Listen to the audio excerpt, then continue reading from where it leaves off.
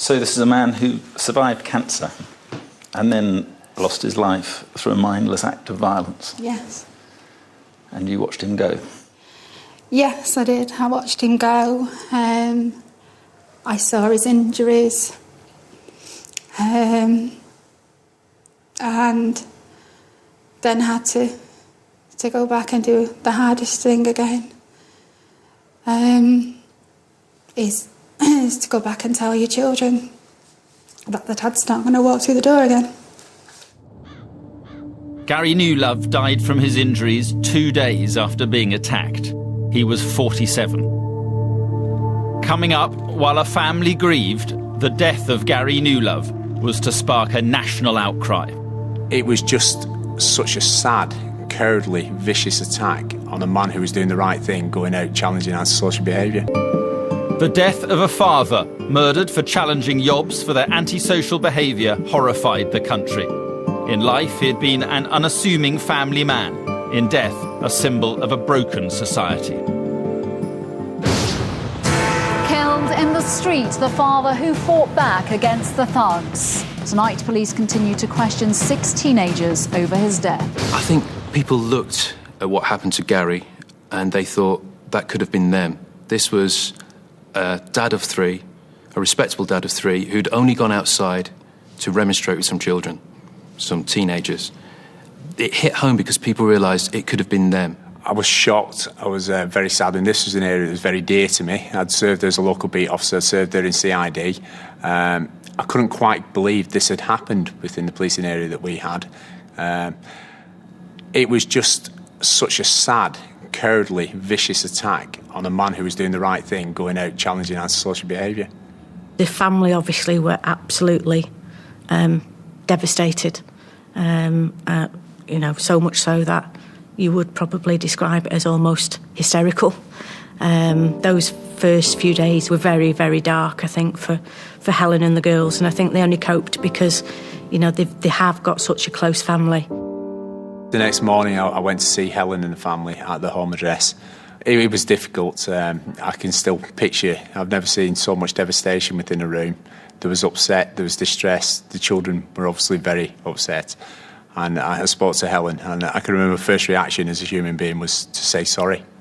It was an ordinary street, it was an ordinary family, but it was also about an ordinary guy who'd gone out trying to protect his family in a way to remonstrate with local youths, and the sort of dilemma that lots of people face when they hear about things or see young people misbehaving or involved in crime, what to do, whether to actually intervene. The police were quick to make breakthroughs. The police were immediately called to the scene, and the youths ran off from the Station Road area up to the shops at Fernhead, Insall Road shops. And there's a PCSO on duty there who stop-checked 2 youths, a lad called Stephen Sorton and a lad called Jordan Cunliffe. He spoke to them and he noticed that one of the youths was only wearing 1 shoe, and he told him that he'd left a shoe behind in Valiant Park. The other youth wasn't wearing any shoes.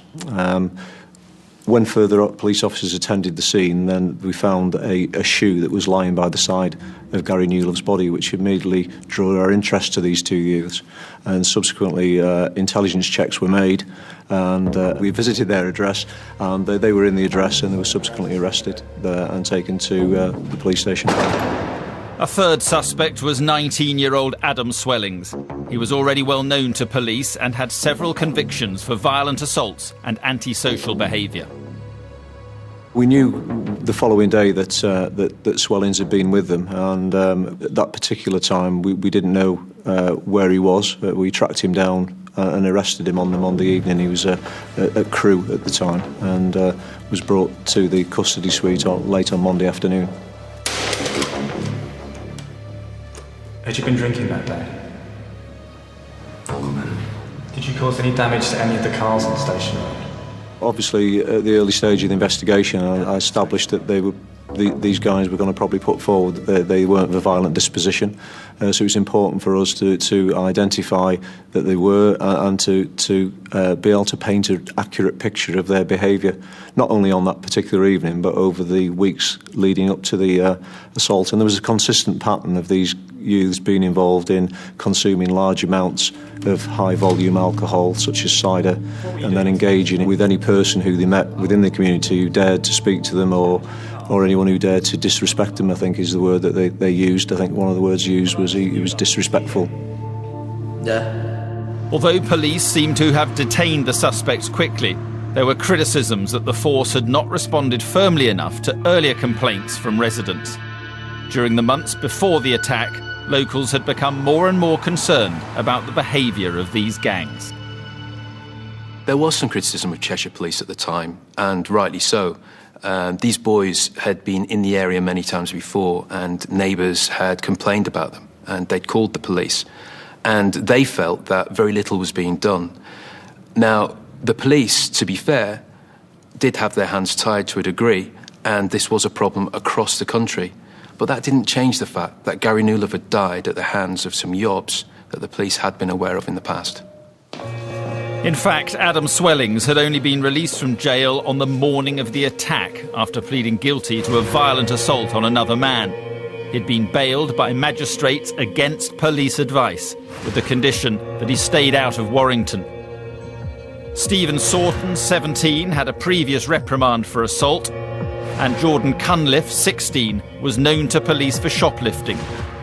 But while the police interviewed suspects and built up a better idea of what had happened that night, a family was grieving.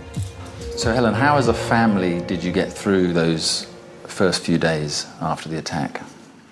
It was a bit of a whirl. I didn't sleep. My sister was really concerned because I wasn't sleeping. And the local GP came out and gave me some tablets, which I didn't really want to take. I slept with Gary's T-shirt. I just kept smelling his pillow. And we just kind of functioned in a robotic way, really, the girls and I. You feel you're going to wake up.